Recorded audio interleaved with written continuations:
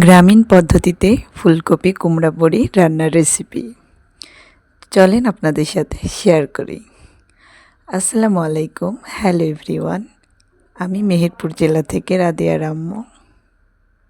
আপনারা কে কোন জেলা থেকে দেখছেন অবশ্যই কমেন্ট করে জানাবেন। তো এখানে আমি ফুলকপি দিয়ে রান্নার জন্য কিছু মাছ নিয়ে নিয়েছি। তো মাছের পিসগুলো আমি সুন্দর করে কেটে ধুয়ে পরিষ্কার করে নিয়েছি। আর মাছগুলোতে সামান্য লবণ ও হলুদ মিশিয়ে সুন্দর করে মাখিয়ে নিচ্ছি। তো ভালোভাবে খেয়াল রাখতে হবে লবণ ও হলুদের মিশ্রণটা প্রত্যেকটা মাছের পিছে সুন্দরভাবে যেন মেখে যায়। তো আমি কড়াইতে তেল গরম করে নিয়েছি মাছগুলো ভেজে নেওয়ার জন্য। তো আমি একটা একটা করে মাছের পিসগুলো তেলে ছেড়ে দিচ্ছি। তো আমার ভালোভাবে আমি মাছগুলোকে দিয়ে দিচ্ছি তেলে। আর একটা জিনিস খেয়াল রাখতে হবে, অতিরিক্ত মাছ ভাজিতে জাল দেওয়া যাবে না, তাহলে মাছ ভাজিটি পারফেক্ট আসবে না। তো মাটির চুলায় রান্না করতে গেলে দেখা যাচ্ছে অনেক সময় অনেক ঝামেলা হতে পারে, একটু জাল কম বেশি এরকম হতে পারে। তো সেদিকে খেয়াল রাখতে হবে। আমি সুন্দরগুলো মাছের পিসগুলো গুছিয়ে তেলে দিয়েছি। তো আমার এখানে ভাত রান্নার জন্য পানিটা রেডি হয়ে গেছে। তো আমি এখানে কিছু চাল নিয়ে নিয়েছি। তো আমি চালগুলো ভালোভাবে ধুয়ে পরিষ্কার করে নিব।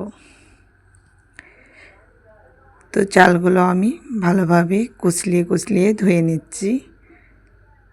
তো ভালোভাবে চালটা ধুয়ে নিলে ভাতটাও অনেক সুন্দর সাদা আসে। তো আমার চাল ধোয়া হয়ে গেছে। তো আমি হাঁড়িতে চালগুলো ঢেলে দিয়ে সুন্দরভাবে নেড়ে দিচ্ছি যেন চালগুলো একটা একটা হয়ে যায়। তো আমার মাছগুলো প্রায় ভেজে নেওয়া হয়ে গেছে। তো আমি এখানে একটা ফুলকপি নিয়েছি আর এখানে কুমড়ো বড়ি নিয়েছি। তো আমি ফুলকপিগুলোকে সুন্দর করে কেটে ভালোভাবে পরিষ্কার করে ধুয়ে নিব। এবার আমি জিরা আর পেঁয়াজ ভালো করে বেটে নিব। তারপরে আমি কুমড়ো বড়িগুলো ভালোভাবে মাছ ভাজির যে তেলটা থাকে সেই তেলে ভেজে নিলাম। এরপর আমি কড়াইতে আরেকটু তেল দিয়ে নিলাম। তারপরে ফুলকপিগুলো সুন্দর করে ভেজে নিব। আগে মশলাপাতি তেলে দেওয়া যাবে না, প্রথমে ফুলকপিগুলো দিয়ে এপিট ওপিট করে সুন্দর করে ভেজে নিয়ে তারপরে বাকি মশলাগুলো অ্যাড করব। তো এখানে খুবই সাধারণভাবে রান্না করা হয়েছে, বেশি কিছু মশলা অনেক মশলা অনেক উপকরণ দেওয়া হয়নি।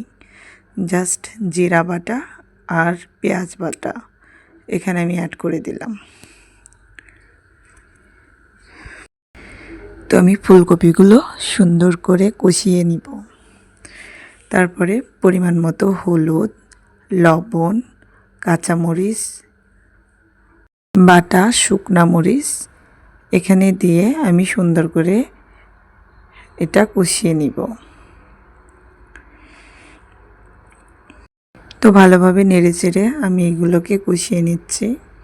আপনারা আপনাদের মতো করে কষিয়ে নেবেন।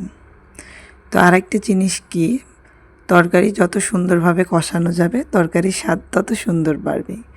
তো এখানে আমার গরম করে রাখা পানি ছিল, সেই পানিটি আমি এখানে অ্যাড করে দিলাম।